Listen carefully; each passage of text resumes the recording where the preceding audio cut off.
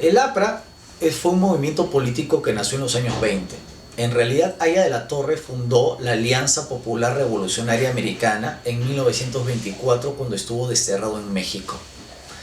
El APRA en 1924 no era un partido político, era simplemente un movimiento continental de juventudes que se nutría del antiimperialismo centroamericano, básicamente las ideas de Sandino, y también se nutría de las ideas de la Revolución Mexicana, sobre todo el contenido agrarista de la Revolución Mexicana, es decir, el repartimiento de la tierra, la reforma agraria, la lucha contra los gamonales, contra los hacendados, la reivindicación del campesino, y todo esto envuelto pues en una retórica antiimperialista.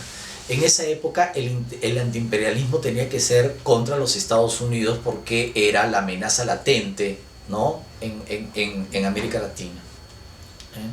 Entonces el APRA en un primer momento luchó contra el imperialismo yanqui en favor de una economía, digamos, nacionalista, con un Estado fuerte que controlaba los principales medios de producción, pero no era un Estado totalitario. Que el APRA en sus inicios no postulaba, por ejemplo, la abolición de la propiedad privada.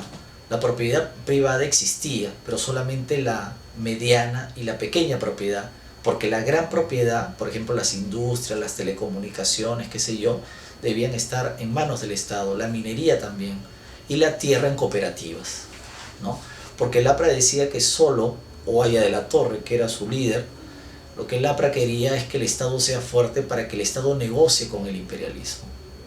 El imperialismo para el APRA tenía un lado positivo y un lado negativo. El lado negativo es que el imperialismo traía dependencia y explotación, pero el imperialismo también traía tecnología y capital. Entonces lo que había que hacer es aprovechar el lado bueno del imperialismo y evitar el malo. Y la única forma era construir un Estado fuerte que controlara los principales medios de producción.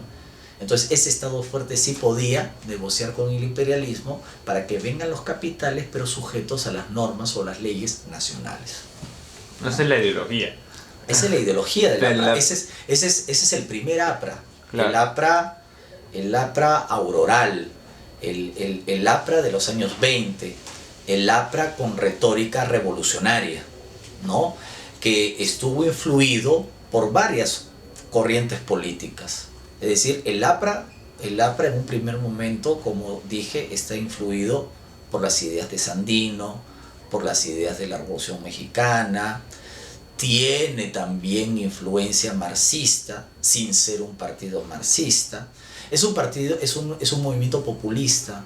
Es un movimiento populista porque tiene un mensaje para todos los grupos sociales. O sea, no es un partido de clase como los partidos marxistas, ¿no? Ahora, el APRA recién se convierte en partido político en el Perú en 1930, porque en 1930 cae Leguía, ¿no? Y se convocan elecciones para el año 31. Por eso es que en 1930 el APRA se convierte aquí en el Perú en partido, y ahí nace el Partido Aprista Peruano. Hasta 1930 el APRA no es un partido, simplemente es un movimiento continental que pretendía que ese modelo que he explicado sea aplicado en América Latina. O sea, el APRA tenía una vocación continental. ¿Pero los hombres eran hombres que se reunían en casas en cada ciudad y hablaban de política? No, tampoco, ¿no? O sea, el APRA había sido fundado por Aya de la Torre, ¿ya? Y Aya de la Torre, luego de estar en México, se fue a Europa. En Europa estuvo en Moscú, estuvo en la Unión Soviética. Él reconoce mucho la experiencia que tuvo en la Unión Soviética, pero justamente en la Unión Soviética se dio cuenta que el modelo soviético no era aplicable para América Latina, porque en América Latina no existían las condiciones que había habido en la Unión Soviética para la revolución. Aquí también teníamos que hacer nuestra revolución, pero una revolución que se debía nutrir de las condiciones de América Latina. No debíamos copiar a nadie, ¿no? Luego viajó por varios países de Europa Occidental y ahí empezó a formar las primeras cédulas del APRA. Ahora, en la que estuvieron algunos latinoamericanos, pero sobre todo peruanos. En realidad el APRA en un inicio quiso ser un movimiento continental, pero a partir de los años 30 ya se convirtió en un partido que buscó el poder en el Perú. O sea, perdió ese horizonte continental, ¿no? O sea, ya el hecho de ingresar a la política peruana, a la política doméstica, los hizo más ver la situación del Perú que la situación de América Latina en general, ¿no? O sea, no luchó por convertirse en un partido continental. Esa fue la intención primigenia, pero que en realidad no lo llegó a cuajar con el tiempo, ¿no? Ahora, lógicamente el APRA tuvo un planteamiento político, un planteamiento doctrinario, pero como todos sabemos, esos planteamientos pueden variar a lo largo del tiempo porque la coyuntura va cambiando también, ¿no? Al imperialismo norteamericano le siguió el imperialismo soviético, luego vino el problema de la Segunda Guerra Mundial, ¿no? La izquierda internacional se alió con Estados Unidos, o sea, el fascismo era más peligroso que el capitalismo. Luego vino pues la convivencia, la coexistencia pacífica. Entonces el APRA tuvo que sobrevivir a todos esos cambios coyunturales, no solamente en el Perú, sino también en el mundo, y a lo largo de su trayectoria ha ido redefiniendo sistemáticamente sus posiciones, ¿no? Y de ser un partido revolucionario en los años 20 y la primera parte de los años 30, se convirtió en un partido más reformista, ¿no? Y para algunos ni siquiera reformista, sino conservador, porque se terminó aliando electoralmente con algunos partidos vinculados a la oligarquía o a la derecha. Entonces, no hay que juzgar, hay que tratar de entender cómo el APRA se tuvo que ir acomodando a las distintas coyunturas para no desaparecer como fuerza política. Eso lo podemos... Uy, eso, a ver, pero en versión de texto. Acá vamos a estar en Trujillo. Vamos por la casa, ¿no? Y entonces, sí, de hecho estaba en mi mente, ¿no? Entonces, pero en el comienzo lo que a veces no se lee, ¿no? Que no hay tiempo para leer, es ver los detalles de vida de día, ¿no? El ejemplo que se tiene en la cabeza ahorita no es de esa época, pero para mí lo que me interesaba leyendo el comienzo de la historia de la guerra de independencia fue quién estaba peleando, ¿no? Te estaba leyendo quién físicamente estaba peleando. No, la guerra de independencia. Pero no, eso digo, la guerra de independencia, eso podemos conversar. No, pero digo, la guerra de sí. Independencia en toda América Latina, no solamente en el Perú, es una guerra civil. Claro, pero mi punto es que lo que pensaba era que era investigar quién era esta gente, ¿no? Para tratar de ver un personaje, ¿no? Entonces igual en el APRA, quién era, cuando estaban reuniéndose ahí a la torre en los 30, quién era esta gente y qué es lo que estaban haciendo. Si no eran presidentes, si no tenían ningún alcalde, cómo tenían fuerza y cómo llegó a actos de terrorismo que se llamarían hoy día, ¿no? El APRA fue el primer partido que introdujo la violencia en el vocabulario político peruano, ¿no? Eso es cierto también, eso es cierto. Pero ese APRA radical ya se va moderando. ¿Pero quién era? ¿Jóvenes? ¿Estudiantes? No, el APRA siempre ¿obreros? Mira, Aya La Torre decía que el APRA era un partido de trabajadores manuales e intelectuales. Eso siempre lo dijo. Pero en la práctica, el APRA lo dirigían ¿quiénes? ¿No? Gente de clase media, profesionales de clase media, tanto de Lima como provincia, y eso era, la dirigencia del APRA, todos eran clase medieros. Ahí no había campesinos, obreros. Yo no digo que campesinos o obreros no formaron parte del partido, pero no eran parte de la dirigencia del partido. Y la gente que hizo... Eran como Aya La Torre. ¿Quién era Aya La Torre?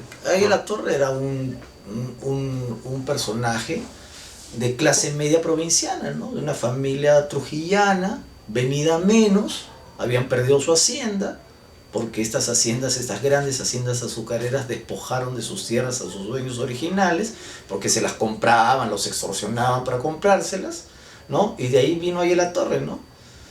Que formó que perteneció a un pequeño grupo de intelectuales, primero en Trujillo, que se llamaba la Bohemia Trujillo, donde había escritores, periodistas, poetas, estaba César Vallejo, había un pariente mío, Antenor Orrego, escribían en un periódico, qué sé yo, y después ahí en la torre, como muchos intelectuales o jóvenes de clase media de provincia, vino a Lima a estudiar a San Marcos. Y aquí lo tenemos en el año 18, hay la torre aquí en San Marcos, ¿no? Y lo primero que hizo en San Marcos fue conectarse, ¿no? con los obreros, con los sindicatos de los obreros, ¿no? E involucrarse mucho con el movimiento obrero, de la lucha por las reivindicaciones laborales. Eso es lo que hizo Soy de la Torre en Lima. Y luego fundó las universidades populares González Prado, donde estudiantes universitarios les daban clases a los obreros, ¿ya? Entonces, eso ya es un acto, pues ya Claro. puedo ver que está haciendo algo y no de demagogo, ¿no? No. Entonces, pero las matanzas que ocurrieron fueron en Trujillo. Eso fue después, Eso en fue los años después, 30. en los Porque 30. lo que pasa es que Aya de la Torre pierde en las elecciones del 31. Y los apristas denunciaron fraude. Pero él era joven entonces. Sí, tenía 36 años Aya. El más joven postulante de toda la época, imagino. No, hemos tenido presidentes más jóvenes. ¿Ah, sí? En el siglo XIX, por ejemplo, Salaverry tenía 27 años cuando fue presidente. ¿Ya? Lo que pasa es que en el año 31 Aya pierde. Y los apristas no reconocen la derrota. Denunciaron que hubo fraude. Entonces intentan eliminar al gobierno, hacer que caiga, y organizan una revolución interna para que caiga el gobierno de Sánchez Cerro. Ahora, nunca se pudo comprobar si esta revolución que estalló en Trujillo y debía propagarse por todo el Perú fue organizada por los líderes del partido, porque los líderes en esa época estaban o presos, ahí la Torre estaba preso aquí en el Panóptico, en Lima, y otros líderes estaban fuera del país. Entonces parece que fue de los mandos medios del APRA y fracasó. Entonces ya en esa elección ya mitad del pueblo era aprista o votó aprista, se asume. En esa más o menos. época, siendo un poco exagerados, en los años 30 el Perú se polarizó. Se dividió prácticamente entre apristas y antiapristas, ¿no? Entonces es una época de radicalización, pues, o sea, de enemigos irreconciliables. El Perú estuvo casi, podríamos decir, a las puertas de una guerra civil, ¿no? ¿Entre derecha e izquierda? No. ¿O simplemente de verdad porque, anti-APRA? Porque hubo mucha gente teóricamente de derecha que fue aprista. En realidad el APRA era un movimiento muy diverso. Había gente al interior del APRA que tenía distinto origen. Yo creo que eso al APRA lo neutralizó en su apetito revolucionario, ¿no? Porque finalmente la clase media no es revolucionaria, pues, ¿no? Los jóvenes pueden ser revolucionarios siendo de clase media, pero a medida que los jóvenes van creciendo y van madurando, ya se convierten en más conservadores. Eso también fue lo que le pasó a Aya y a su cúpula, ¿no? Una juventud muy radical, pero a medida que pasaba el tiempo, ¿no? A medida que iban creciendo y madurando, fueron dejando de lado algunas poses y algunas actitudes radicales, ¿no? Se moderaron un poco y, como he dicho, se convirtió en un partido reformista, ¿no? Que proponía cambios graduales y aparentemente en democracia, ¿no? Cuando Aya dijo, por ejemplo, para calmar a muchos sectores de la población, allá por los años 40, los años 50, Aya dijo, no, el APRA no viene para quitarle plata a los ricos, sino para crear riqueza a los pobres.